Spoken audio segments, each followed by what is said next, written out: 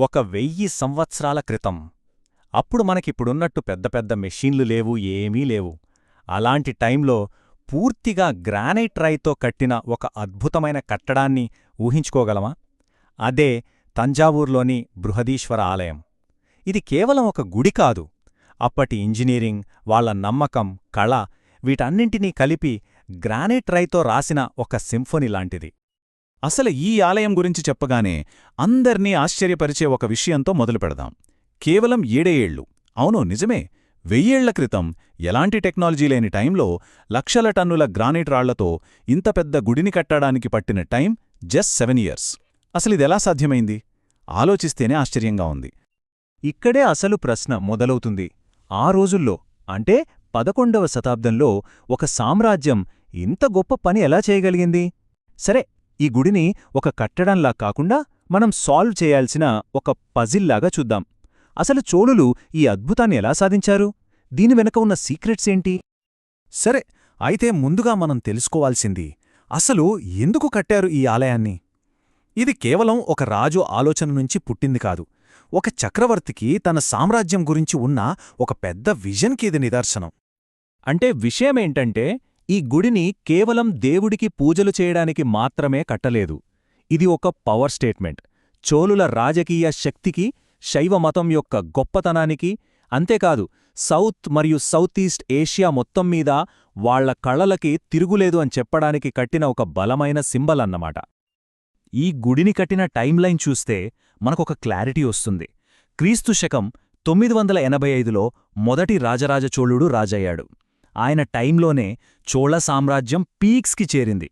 తన విజయాలకి, ఆ వైభవానికి ఒక శాశ్వతమైన గుర్తు ఉండాలనే ఆలోచనతో ఈ గుడి కట్టించాడు. ఇక్కడ ఇంకో ఇంట్రెస్టింగ్ విషయమేంటంటే, ఆలయం గోడలమీదున్న శాసనాలు. మనం వాటిని కేవలం దేవుడి శ్లోకాలు అనుకుంటాం, కాని అవి కాదు. అవి ఒక రకంగా ఆ కాలం నాటి గవర్నమెంట్ లెడ్జర్ లాంటివి. పూజారులకి, డాన్సర్లకి, అకౌంటెంట్లకి, చివరికి గార్డ్లకి కూడా ఎంతెంత జీతాలిచ్చారో అన్నీ అందులో రాసిపెట్టారు. అంటే ఆలోచించండి, ఇది కేవలం ఒక గుడి కాదు, ఒక పక్కా సిస్టంతో నడిచే ఒక పెద్ద ఆర్గనైజేషన్. సరే, ఎందుకు కట్టారో చూశాం కదా. ఇప్పుడు సామాన్యంగా అసలు ఎలా కట్టారు? ఇది నిజంగా మన ఊహకు కూడా అందని ఒక ఇంజనీరింగ్ అద్భుతం. ఈ ఆలయం పైనున్న ప్రధాన గోపురం, దాన్ని విమానం అంటారు. దాని హైట్ ఎంత ఉంటుందో అర్థం కావాలంటే ఒక సింపుల్ పోలిక చూద్దాం. ఇది సుమారుగా ఇప్పుడు మనం చూసే ఒక 20 అంతస్తుల బిల్డింగ్తో సమానం. ఒక్కసారి ఆలోచించండి, ఆ కాలంలో అంత పెద్ద గ్రానైట్ రాళ్లను అంత పైకి ఎలా తీసుకెళ్ళుంటారో. ఇక గుడి ముందున్న ఈ పెద్ద నంది విగ్రహం ఉంది చూశారా? ఇది ముక్కలు ముక్కలుగా అతికించింది కాదు. 20 అడుగుల పొడవున్న ఒకే ఒక్క రాయిని చెక్కింది. టన్నుల బరువుండే ఆ రాయిని చెక్కడం, దాన్నిక్కడికి తీసుకురావడం, మళ్ళీ దాన్నిక్కడ పెట్టడం అసలు ఎంత కష్టమైన పనో కదా. మరిందాక అనుకున్నాం కదా, అంత బరువైన రాళ్లను పైకెలా తీసుకెళ్లారని. దీనికి చరిత్రకారులు చెప్పే ఒక థియరీ చాలా ఇంట్రెస్టింగ్గా ఉంటుంది. గుడి కట్టడం కోసం దానికి ఆనుకొని దాదాపు 6 కిలోమీటర్ల పొడవైన ఒక పెద్ద మట్టి ర్యాంపుని కట్టారంట. దానిమీద నుంచి రాళ్లను పైకి లాగారని నమ్ముతారు. అంటే అసలు గుడి కట్టడానికి దానికన్నా పెద్ద తాత్కాలిక కట్టడం కట్టారన్నమాట. ఇది వాళ్ళ ప్లానింగ్కి ఒక పర్ఫెక్ట్ ఎగ్జాంపుల్. ఆ సీన్ ఒక్కసారి మనసులో ఊహించుకుందాం. కిలోమీటర్ల పొడవైన ర్యాంప్, దానిమీద ఏనుగులు, 100 మంది మనుషులు, అందరూ కలిసి ఆ భారీ రాళ్లను పైకి లాగుతున్నారు. పైన శిల్పులేమో ఒక్కో రాయిని ఇంచుకూడా తేడా రాకుండా పెడుతున్నారు. వామ్మో, ఇది మనుషుల సంకల్పానికి, వాళ్ల మధ్య ఉన్న కోఆర్డినేషన్కి నిజంగా ఒక అద్భుతమైన ఉదాహరణ. ఈ కన్స్ట్రక్షన్లో ఉన్న పర్ఫెక్షన్ ఏ రేంజ్లో ఉందంటే, సంవత్సరంలో కొన్ని ప్రత్యేకమైన రోజుల్లో మధ్యాహ్నం పూట ఈ గుడి గోపురం నీడ కింద నేలమీద పడదంట. అందుకే దీన్ని నీడపడని గోపురమని కూడా అంటారు. ఇది వాళ్ల సిమెట్రీకి, ఆస్ట్రోనామీ నాలెడ్జ్కి ఒక తిరుగులేని సాక్ష్యం.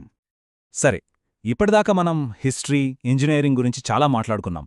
కాని ఈ గుడి కేవలం ఒక పాత కట్టడం, ఒక మ్యూజియం కాదు. ఇది ఇప్పటికీ వేల మంది భక్తికి, వాళ్ల నమ్మకానికి ఒక సజీవ కేంద్రం. సో ఆ స్పిరిచువల్ యాంగిల్ని ఇప్పుడు చూద్దాం. ఇక్కడ మెయిన్ దేవుడు శివుడు. ఆయన్ని ఇక్కడ బృహదీశ్వరుడు అంటే మహాదేవుడు అని పిలుస్తారు. ఈ పేరు వెనక ఒక డీప్ స్పిరిచువల్ మీనింగ్ ఉంది. ఇక్కడ శివుణ్ణి ఈ విశ్వాన్ని సృష్టించినవాడుగా, అదే సమయంలో మనలో ఉండే అహాన్ని నాశనం చేసేవాడిగా కొలుస్తారు.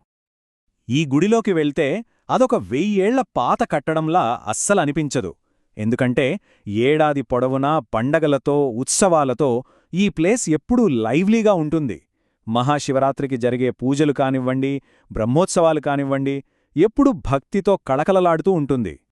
భక్తుల ఫీలింగ్ని ఒక్క మాటలో చెప్పాలంటే వాళ్ళకి ఇది కేవలం రాళ్లతో కట్టిన గుడి కాదు. ఇది రాయి రూపంలో, కాలం రూపంలో, నాదం రూపంలో సాక్షాత్తు వాళ్ల కళ్ల ముందు కనిపించే శివుడు. ఓకే, చివరిగా ఇప్పటిదాకా మనం చూసిన హిస్టరీ, ఇంజనీరింగ్, భక్తి ఈ మూడింటినీ కలిపి చూస్తేనే మనకు ఈ ఆలయం యొక్క కంప్లీట్ పిక్చర్ అర్థమవుతుంది. దీని డిజైన్లో జాగ్రఫీ కూడా ఒక ముఖ్యమైన పాత్ర పోషించింది. చుట్టూ ఫ్లాట్గా పచ్చగా ఉండే కావేరీ డెల్టా ప్రాంతంలో ఈ గురి గోపురమనేది మనిషి కట్టిన ఒక కొండలాగా మైళ్ల దూరం నుంచి కనిపిస్తుంది. ఇది దైవశక్తికి, రాజరికపు అధికారానికి కూడా ఒక పవర్ఫుల్ సింబల్. ఇంత చెప్పాక ఈ అద్భుతాన్ని స్వయంగా చూడాలనిపిస్తోంది కదా? ఒకవేళ వెళ్లే ప్లానుంటే కొన్ని చిన్న టిప్స్. నవంబర్ నుంచి ఫిబ్రవరి మధ్య వెళ్తే వాతావరణం బావుంటుంది. గుడి ఉదయం 6 గంటల నుంచి మధ్యాహ్నం 12:30 వరకు, మళ్లీ సాయంత్రం 4 నుంచి రాత్రి 8:30 వరకు తెరిచుంటుంది. డ్రెస్ కోడ్ కొంచెం సాంప్రదాయంగా ఉండేలా చూసుకుంటే మంచిది.